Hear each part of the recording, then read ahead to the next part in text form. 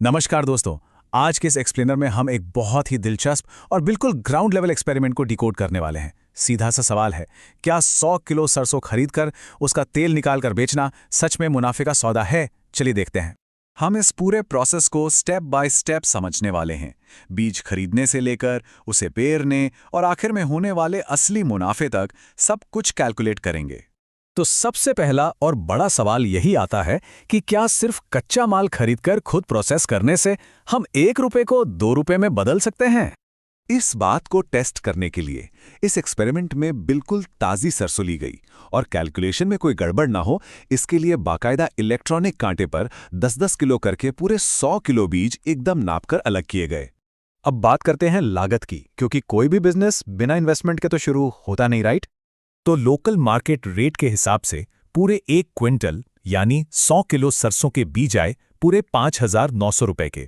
ये हमारा सबसे पहला और मेन इन्वेस्टमेंट है। इसके पीछे का आइडिया बहुत ही सिंपल है, ये समझना कि मार्केट में प्रोसेसिंग का खेल आखिर काम कैसे करता है। क्या एक आम आदमी इस छोटे से सेटअप से सच में पैसे बना सकता है? अब माल तो आ गया, असली मैजिक शुरू होता है चक्की पर, जहां ये बीज प्रोसेस होंगे। प्रोसेस काफी सीधा है, लेकिन हर स्टेप बहुत क्रूशियल है। पहले बीजों को मशीन में डाला जाता है। यहाँ एक छोटी सी ट्रिक है, तेल ज्यादा से ज्यादा निकले इसके लिए थोड़ा सा पानी भी मिलाया जाता है। मशीन तेल और खली को अलग कर देती है, जिसके बाद तेल को साफ होने के लिए रात भर ऐसे ही छोड़ दिया जाता है। अब जाहिर है चक्की वाला भी अपना पैसा लेगा। वहां का स्टैंडर्ड रेट था 5 रुपए प्रति किलो, तो 100 किलो की पिसाई का सीधा सीधा खर्च हो गया 500 रुपए। ये हमारी दूसरी लागत है। और यहीं पर एक कमाल का बिजनेस लेसन है। सरसों पेरने के बाद जो हरा सा वेस्ट बचता है ना, जिसे हम खली कहते हैं, वो असल में वेस्ट है ही नहीं। ये जानवरों के लिए बहुत ही बढ़िया और न्यूट्रिशन वाला चारा होता है। मतलब हमारा बाय प्रोडक्ट भी हमें पैसे कमा कर देगा। चलिए अब देखते हैं कि इन 100 किलो बीजों से हमें आखिर क्या क्या मिला।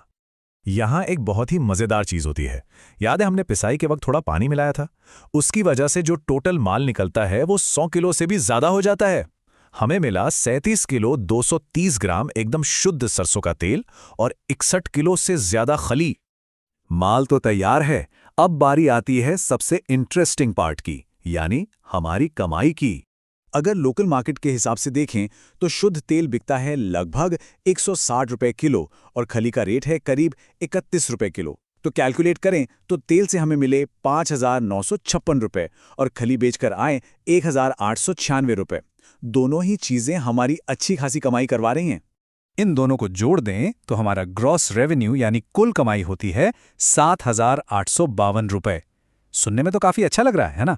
लेकिन असली मुनाफा ये नहीं है। तो चलिए अब अपना हिसाब किताब फाइनल करते हैं और देखते हैं कि जेब में आखिर कितने पैसे बचे। नेट प्रॉफिट निकालने के लिए हमें अपनी कुल कमाई में से सारे खर्च हटाने होंगे। 5,900 के हमारे बीज थे, 500 रुपए चक्की वाले को दिए और करीब 300 रुपए मान लेते हैं डीजल और ट्रांसपोर्ट के, जो माल लाने ले जाने में लगे। तो हमारा टोटल खर्च हुआ 6,700 रुपए और कमाई थी 7,852 रुपए।